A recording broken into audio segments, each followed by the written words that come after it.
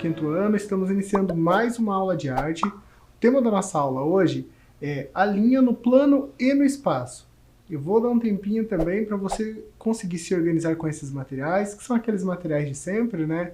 Folhas de papel ou caderno de arte, lápis de grafite e borracha, lápis de cor e canetinha, régua, cola, tesoura sem ponta e, se der, um barbante e fita adesiva. Vou dar um tempo aqui para você se organizar aí.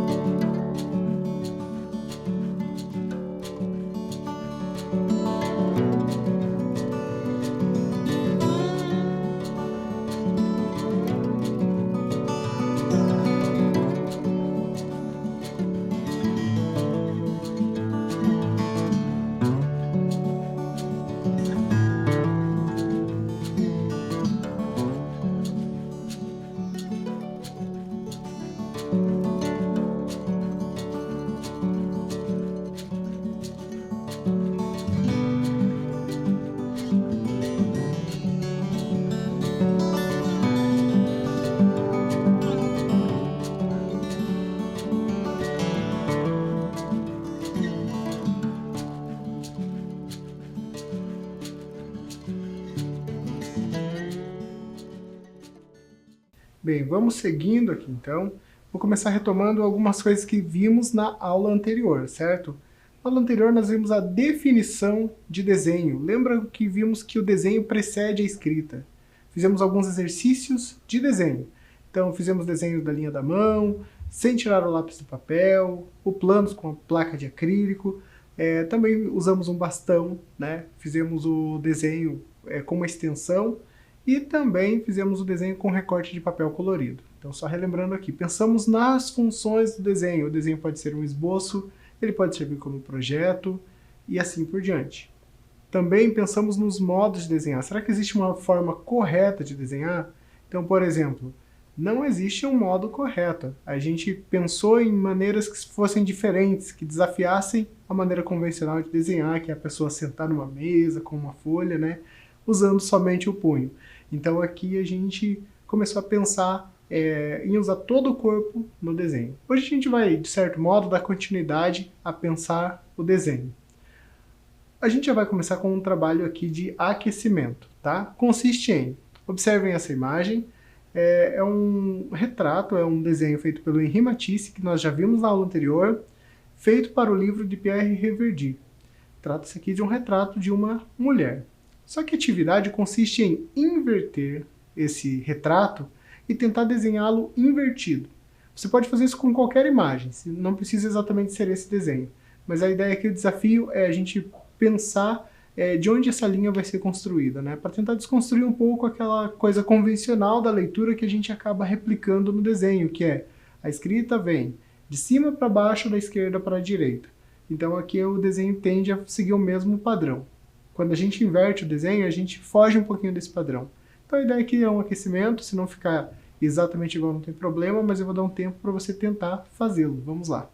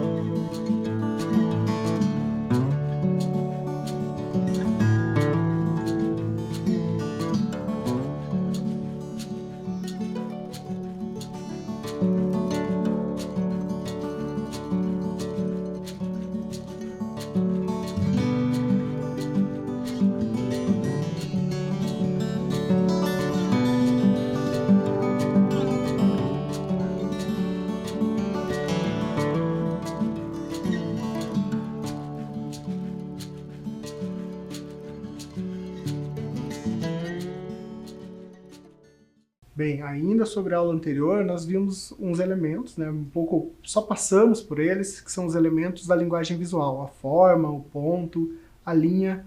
Vamos retomar aqui a linha e vamos pensar mais características da linha. Então a linha é a trajetória definida pelo movimento de um ponto no espaço, é como se fosse o rastro que esse ponto deixa no espaço. Ele acontece no plano, como a gente está habituado no desenho, que é uma superfície no papel, ou no espaço também, como a gente vai ver alguns exemplos aqui hoje. As características são ritmo, direção, intensidade, espessura, dinâmica e aí por diante. Então a linha tem todos esses atributos. A linha possui e descreve uma ação. Ela estabelece um tipo de narrativa. Então, quando a gente vê uma linha, há um indício de uma ação feita ali. Por isso que aqui tem uma narrativa. É como se ela descrevesse essa narrativa. Então a linha, como Leonardo da Vinci também vai dizer, não existe na natureza. Ela é sempre um fato mental. A gente imagina essa linha. Por isso que o desenho é sempre abstrato. Embora ele possa ser figurativo, ele sempre é uma abstração, é uma síntese. Se a gente pensar na linha do contorno aqui desse televisor, né, essa linha ela está no objeto ou ela está no espaço que separa a matéria do ar e do televisor? Né? Então é por isso que essa linha é um fato mental, porque de fato ela não existe. Se a gente estiver nesse ponto de vista, estaremos percebendo a linha que forma esse retângulo. Mas se a gente se deslocar, a gente vai ver que não tem exatamente uma linha, porque o objeto é tridimensional. Então a linha é sempre um fato mental. A gente tem que fazer esse esforço para conseguir, nessa abstração, pensar nas linhas, certo? A linha também ela vai ter algumas características quando pensadas no desenho. Então aqui duas imagens justapostas.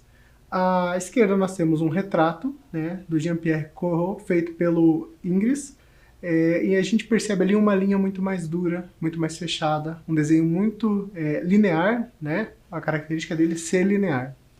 E à direita nós temos um esboço, que é um desenho do Eugène Delacroix. Aqui a gente tem um desenho que é mais pictórico, mais solto. Ele era um esboço para esse afresco, que é de uma biblioteca em Paris, né? É o Átila ali guerreando. Então, voltando ao esboço, então aqui a gente, justapondo, a gente percebe a diferença entre um tipo de traço e outro tipo de traço.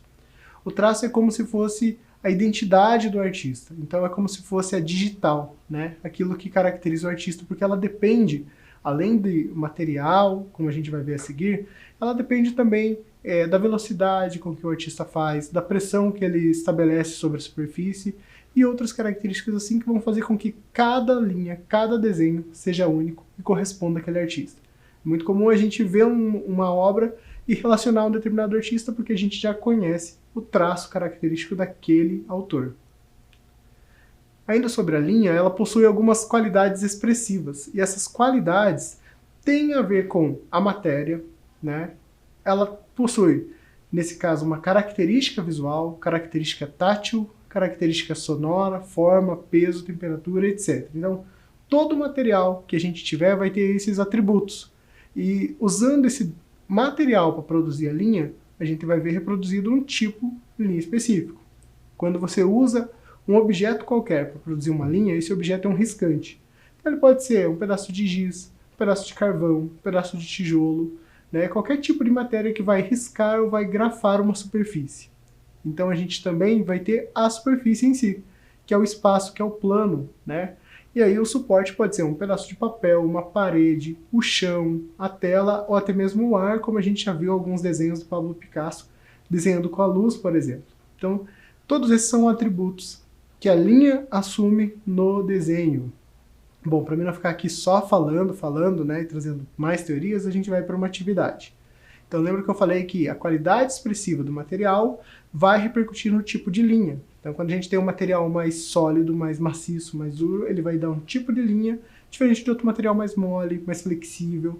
Então eu gostaria que você explorasse materiais diferentes. Não importa que aquele material não foi feito para desenho. Então você vai pegar o que tiver ao seu alcance, vai pensar sobre a qualidade, a matéria, né, e vai tentar produzir linhas. Aqui o importante não é a representação do desenho que você está produzindo. Aqui é importante você só comparar o tipo de traço, o tipo de linha que você obtém de acordo com essa matéria. Tá? Então, se é um tijolo sobre um papel, ele vai dar um resultado. Se é um tijolo sobre uma parede, já é outro resultado. E assim por diante, eu gostaria que você comparasse o resultado que você vai obtendo desse traço dessa linha. Pode ser livre, tá? Não precisa se preocupar com a figura em si que você está fazendo. Eu vou dar um tempo para você também explorar tipos de riscantes em superfícies diversas. Vamos lá.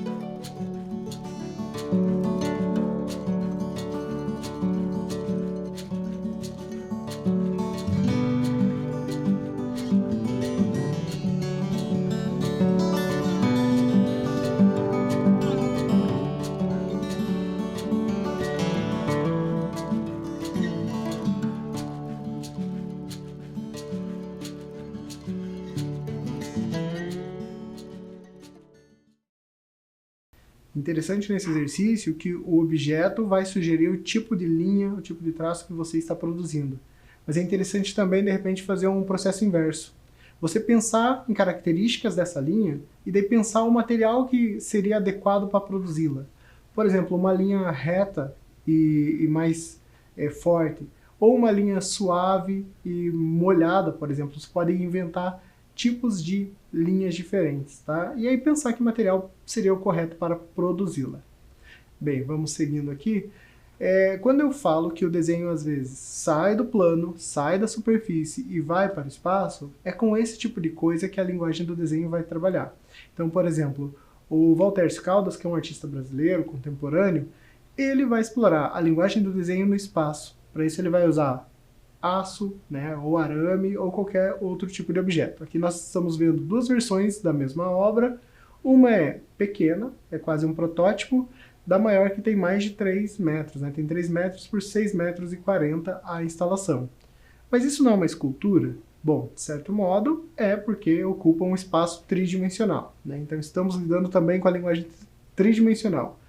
Mas a linha em si, ela quase não possui profundidade. Então aqui ela organiza esse espaço tridimensional, mas ainda ela está dentro daquilo que é conhecido como o espaço, o campo ampliado do desenho, porque é como se o desenho saísse do plano e ganhasse o espaço. Essa discussão é muito presente na arte contemporânea, como a gente vê aqui também com o trabalho da Eva Hesse. Então aqui nós temos o quadrado. O quadrado é a invenção do espaço de representação, então desde o início, quando começamos a ter telas, por exemplo, ela sempre tem essa forma retangular. Aqui a Eva Hesse liberta a linha do plano de representação. Ela está brincando com essa ideia de que a linha vai ficar sobre o plano, e aqui ela solta essa linha para o espaço, né? Ela deixa essa linha fluir no espaço. E vários outros trabalhos dessa artista vão brincar e vão dialogar com essa ideia de que a linha vai ganhar o espaço tridimensional, o espaço que a gente habita. Outro artista que trabalhava bastante a partir do desenho e da linha no espaço era o Alexander Calder. E outro dado interessante no trabalho do Calder é que ele vai ganhar movimento. Então essas linhas e essas formas vão ter movimento nesse espaço, né? E não é um movimento pensado, ele é um movimento de fato, porque ele sempre coloca mecanismos que vão fazer girar essas traquitanas, e essas formas todas vão ficar em movimentos simultâneos.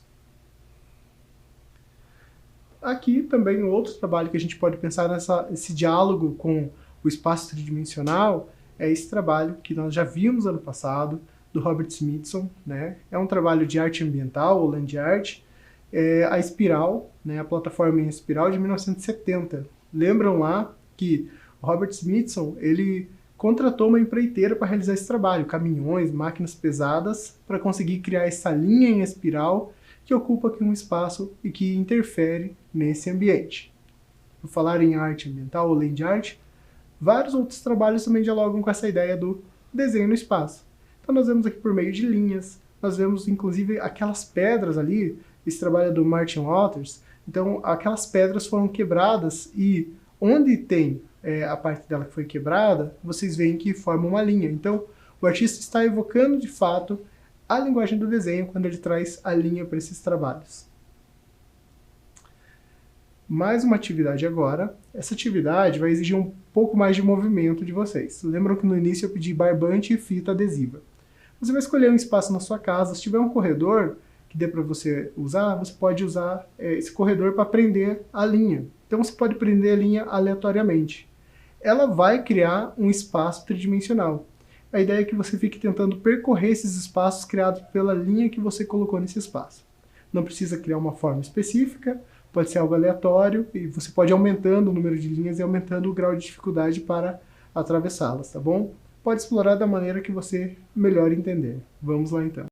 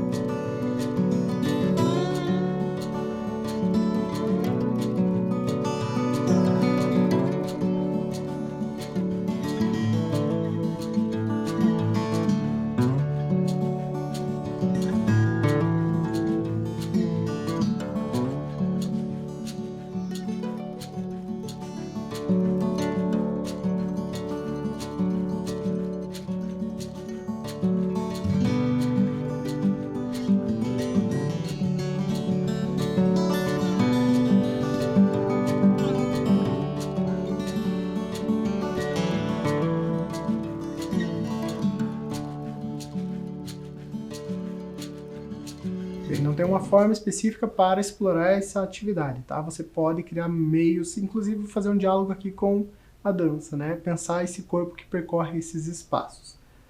Bem, seguindo aqui, né? A gente vai falar agora um pouquinho sobre o Leonilson. O Leonilson, ou José Leonilson Bezerra Dias, nasceu em Fortaleza, no Ceará, e faleceu em São Paulo. Ele nasceu em 1957 e faleceu em 1993. É um importante artista brasileiro que foi pintor, desenhista, escultor, e ele trabalha o desenho ligado à sua poética. O que é a poética? A poética é a forma com que a pessoa executa. Lembra quando eu falei que cada artista tem um traço que é peculiar, uma digital? Quando a gente pensa arte, isso vai além. Além da característica física ali do desenho, também o discurso que se constrói com ele. Então, aquilo que ali está representado.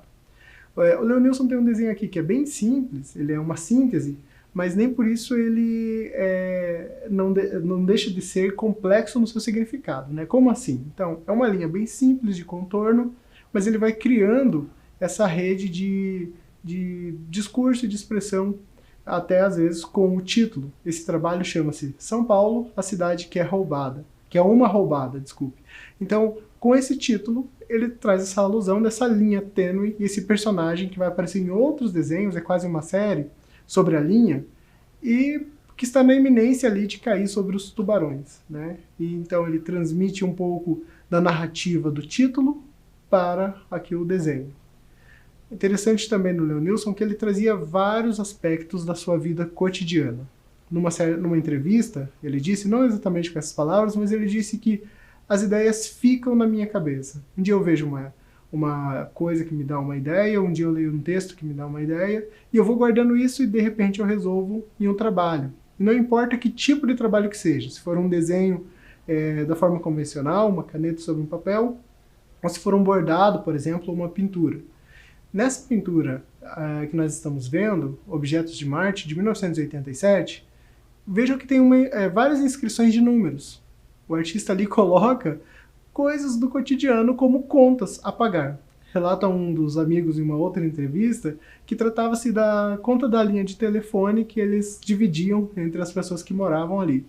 Então ele vai deixando esses indícios da vida, das vivências e das experiências dele.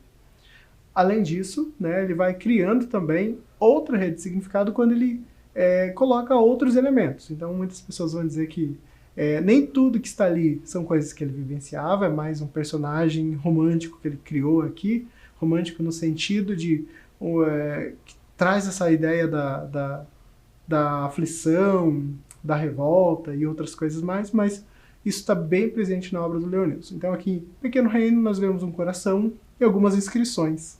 A palavra é muito também presente no trabalho dele. Então, volta e meia nós vemos, às vezes, uma palavra e um plano, e isso vai resolver todo o trabalho. A obra dele é bem extensa, então ele tem bastante pintura, desenho, né, e outras coisas. O último aqui que nós vamos ver, então, o nome é Empregada, de novela, é mais chique que madame. É um trabalho de 1991. Ali no texto, tá, eu sei que tá ruim de enxergar, mas eu vou ler. Então ele diz ali, 4.000 por dia, cadê meu Chanel, cadê minha chave? Passar roupa, limpar despensa, limpar banheiros, molhar plantas, lavar roupa, lavar janelas, encerar sala, passear bombom, limpar prataria, escovar sapatos, 4.000 por dia. Então aqui novamente aquele personagem passeando sobre uma linha tênue e aquele espaço vazio. É interessante como a linha que ele traça aqui traz todo o plano do branco ali do papel, né, para a representação. Automaticamente aquele branco ali não é um espaço vazio sem nada, mas ali é um abismo para o que transmite o perigo, né, porque esse personagem está se equilibrando sobre essa linha. E aqui novamente reforçado pelo texto que traz a empregada e toda essa relação com essa função mal remunerada por vezes e assim por diante. Então tem uma política intrínseca aqui no trabalho dele, além das subjetividades que ele vem expressando por meio dos seus desenhos e pinturas e aí por diante. Bem, apresentei o Leonilson brevemente, ele tem um trabalho muito extenso, como eu falei, é um artista emblemático da nossa arte contemporânea, então eu sugiro que vocês pesquisem quando puderem. A próxima atividade tem um pouco a ver com isso, eu gostaria que você tentasse expressar da maneira que você melhor quiser, por meio de um desenho só, trabalhando também com pintura, com recorte, com base em tudo aquilo que a gente já viu até aqui, alguma coisa que traduza um pensamento seu, uma ideia, um texto, ou alguma coisa que você quer expressar, alguma coisa que você quer falar. O Leonilson tinha muito disso, de trazer coisas no seu desenho que eram coisas que ele queria falar e queria transmitir, e ele precisava materializar ali no desenho ou na pintura. Agora é com você, você pode fazer aquilo que você bem entender. Vamos lá.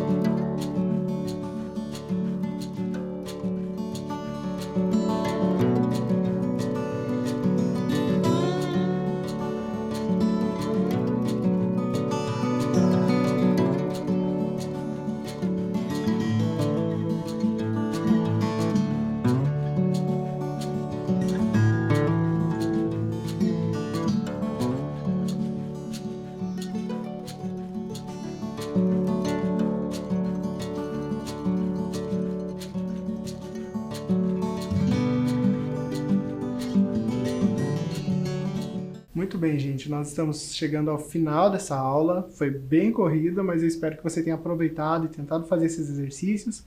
Se não deu tempo de algum, você pode retomar posteriormente. Por hoje é só. Até a próxima.